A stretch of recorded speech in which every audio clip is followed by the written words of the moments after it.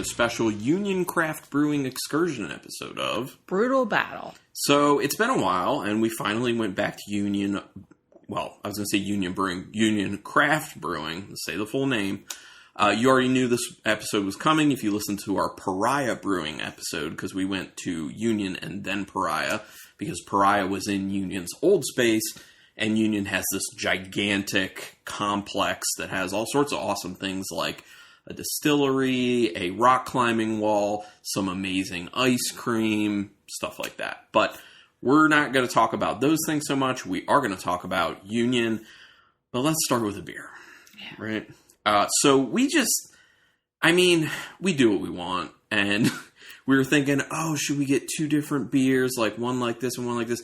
And I was like, you know what? Let's just get what we really want to try, and that is 2 barrel-aged sours that they had there in 16-ounce cans. So the first one we're going to do is their Apricot Goza, aged in white wine barrels.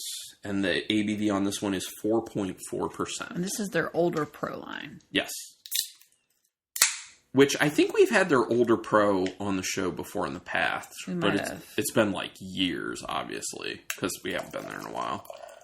And I don't think we've really bought much of anything in stores either. So it was good to go back. It was good to revisit, see, what they've been up to brewing-wise. All right. So let's go ahead, take a look at this sucker, this older pro Apricot Goza. It's very orange and can't see through it. Yeah. Decent amount of head to it. Very, fluffy head there. Get a ton of that wine barrel. Oh my gosh, it's really oaky, isn't it? Yeah, it's just lots of barrel. You can tell this is probably like a Chardonnay. It's a lot of woody oakiness in there. You smell that kind of alcohol-y and it's white wine. Right, and it's such a low ABV beer, which is so funny to me. Well, right, yeah, to kind of have that barrel-aged smell like that and kind of higher alcohol type smell when it's such a low ABV. What am I getting? I'm getting a fruit, but it's not apricot.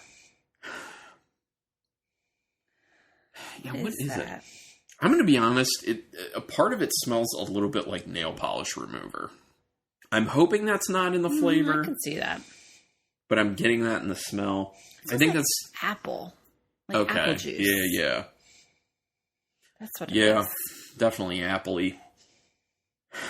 All right, well, we'll see how it is. I mean, it's gonna be honest, it doesn't smell great. It's not a great smell. Oh, it tastes apricot-y. Yeah. There's a lot of apricot on the flavor. Yeah, I couldn't really smell it, but man, I really taste it. I'm getting that apple note, too. Yeah, it is apple-y as well.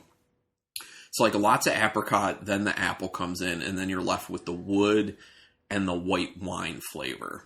Because there is a good amount of, the actual white wine flavor to it, like white grapes. And that wood. Makes you pucker. Mm-hmm. Makes me, really, I'm, salivating. Getting phlegmy. It's okay. Yeah. I don't think it's great. It's all right. That apple flavor kind of takes me out of it. A little off-putting.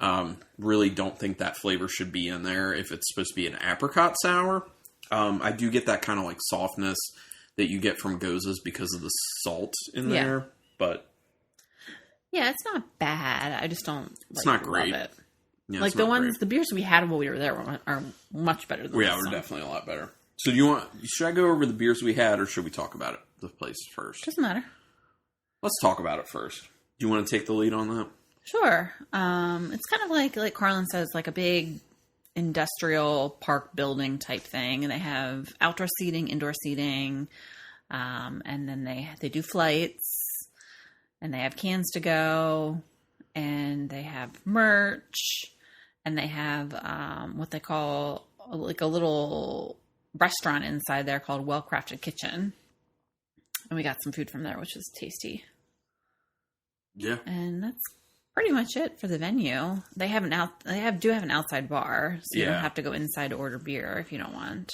Yeah, and lots of seating. It's very large. They also have a camper trailer on the inside of the building that you can go in, and there's actually seating inside of it, which is kind of fun from an aesthetic standpoint.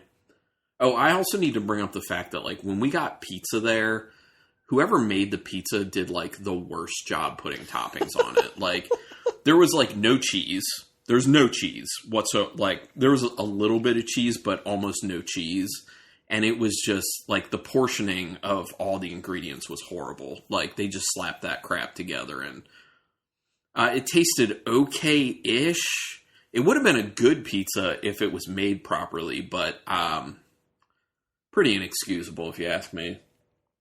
I got sliders. Those were good. That, like, purposely didn't have a bun. So they just were, like, it was just, like, the meat, bacon, lettuce, tomato, and mayo. It was really tasty. Mm-hmm. You know what? As I continue to sip on this, like, I'm getting that nail polish remover note that's showing up from the nose in the flavor. It's not super strong, but, like, that together with the apple, yeah, it's not very good. Let's be honest. Yeah, you're going to have to slug that. That's your job. It's a rite of passage. What's left in the glass, you got to slug it before you can have the next one. Pretty disappointing, actually, that this barrel-aged beer is like this. Is there a canned on date? Nope. Okay. So, I mean, I'm assuming it's not too old. I mean, we got it there. Mm-hmm. It's only been a few weeks since we were there from when we're recording. Okay, so let's do the last beer, and then we'll talk about what we drank there. Hopefully this is better. Had high hopes for these, but that first one, not good. All right, so now it's their Older Pro Plum Goza, and in red wine barrels. So we did the white and the red, and it is 4.5% alcohol, also in a 16-ounce can. So just 0.1% higher. Yeah. Really hoping this one actually pleases us. If not, this was a bust. It happens. Can't like them all. Yeah, I mean, it's true. Should have said just pour me a little bit. I did. I mean, I poured you way less than the first one. I just assumed we were going to like it, unfortunately. Because what we had there was pretty good. Okay, this looks kind of pretty. Oh, it's really pretty. It's like a light purpley pink. Like a dark lavender. Yeah, can't see through it. Again, has a pretty fluffy head hanging out. The nose is better on this one. Ooh, I get a lot of those kind of like red grape tannins. Yeah. It smells like red wine for sure with a lot of that bitter tannic note in there. Great smell to it. Well, plum is such a hard to pick out fruit. It's such a light flavor. Yeah, there's a fruitiness, but it's kind of like, what is it? Yeah. I get the salinity on the nose for being a Goza. A little bit of a wheat note as well. It just smells... It smells more Goza-y than the first one. Do you smell an apple? No. I'm not smelling the apple, really. I am getting that oaky, woody quality in the nose, but it's not nearly as strong as the first one. Don't get the nail polish remover, which is good. Okay. It's smelling a lot better than the first one. Let's check it out. Real fruity. Oh, that's better. Mm-hmm. Yeah, you can definitely tell it's a fruited Goza. It's hard to pick out the plum, though. Yeah, you're just like, there's a fruit, kind of. And you're getting some of that, like you were saying, that tannic qualities from the barrel. Yeah. And you definitely can perceive that on the taste. I think, but it's still nice and light. Yeah, the red wine versus white wine really helps us out. I am getting a bit of an apple flavor in it, but it's not. It's pretty light. It's not nearly what it was with the first one.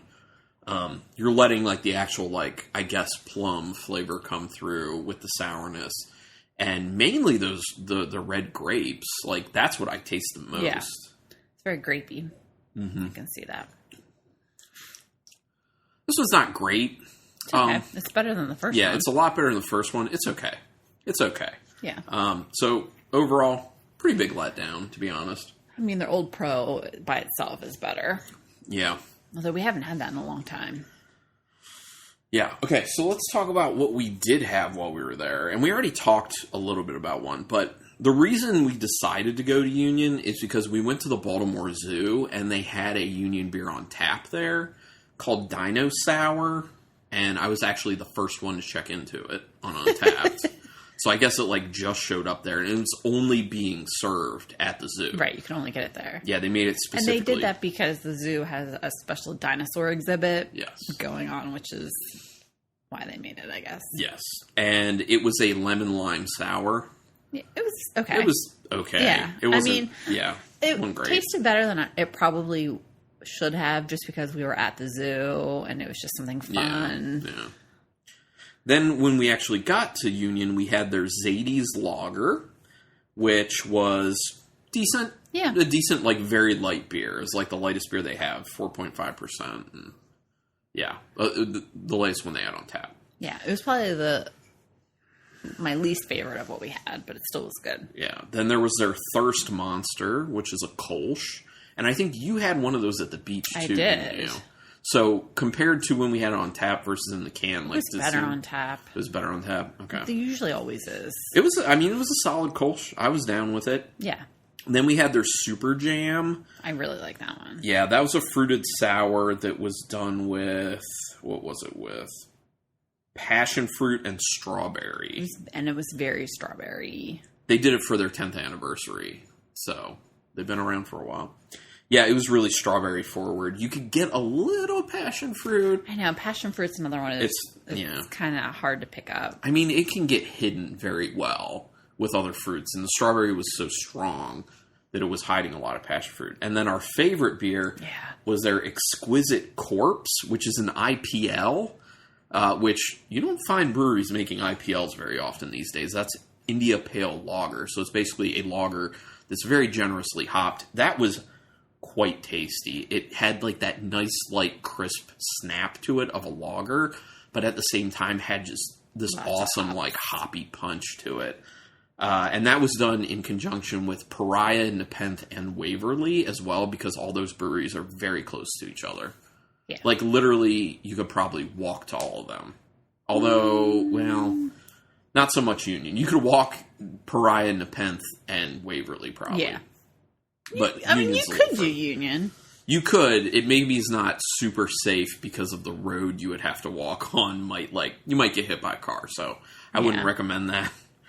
But yeah, like distance-wise, they're super close. Yeah, they're super close. So yeah, that's where I was trying to get to. But I'm sure people do walk. Yeah, but we had a good time. I really wish they had that Exquisite Corpse in cans, but they didn't. Certainly, it was way better than both of these beers, unfortunately, but yeah. I feel like everything we had there was better than these two beers. Yes, agreed. And it kind of sucks because for it being like special barrel-aged beers, like, fallen pretty flat. Yeah. The red wine one, the plum red wine one is just okay, and the apricot white wine one is actually not good. And they do most of their beers in 12-ounce cans. So they did have like a mixed 6-pack, which was kind of cool. Yeah, that was a good idea. I think it was like 2 of a bunch. Or what? Wait, was it 1 of each? I don't know. I don't. Of like their core line. Yeah, I didn't really look into it, but I just was it was like, at that's least cool. It was at least 2 of 3 different ones. It may have been 1 of 6 different ones. I can't remember. And then they had a barrel-aged stout done like 3 different ways. Mm-hmm. Yeah. We thought about getting a bottle of that. Yeah, one was like bourbon barrel-aged stout, one was brandy barrel-aged stout, and then the other one was bourbon barrel-aged, but with like chilies in it. Yeah. Yeah, we were thinking about those, but we're old pro fans. We liked older pros we had in the past, so I was like, ooh, I really want to do these. Should pick something else. Yeah. But, you never know. Yeah, you don't know. But yeah, that was it. Union, we're going to keep going. We're going to have even more Excursion episodes. And then when we're kind of done with Excursion episodes for a little bit, we'll be going back to the mystery beers because I want to focus a bit more on doing the mystery beer stuff. So yeah, we're going to do that. And I look forward to that. But social media stuff, Instagram. Brew Battle Podcast. We are on Untappd. Rebecca C. or RubyReb62. And I'm Carlton Malibu, all one word, spelled as it sounds, so you can be our virtual friends there. If you want back episodes, you can go to brutalbattle.com because you can also see pictures of all the beers from every single episode there and like a quick little blurb about the episode. Also, you can get back episodes on archive.org because that's where our file hosting is. You just search Brutal Battle. We've been doing this for like 10 years. Like, we're getting close to 11 years, actually. We're definitely past 10 and a half at this point. But what else? Email us if you want to, brutalbattlepodcast@gmail.com. Rate us and review us on whatever podcatcher you use. That would be great. We are on iTunes, Google Play, Stitcher, Spotify, and Anchor at the moment. So a good amount. And I think we're on some others that I'm not aware of. But yeah, rate us and review us. iTunes probably helps us the most, so we'd appreciate that. And the big thing, word of mouth. If you tell people about the podcast, that helps us grow it. And, you know, you'd just be introducing other people to other cool beer people. Yeah. You know, cool beer people getting together. That'd be awesome. But thanks, everyone, for listening. And until next time. Keep it brutal. I feel so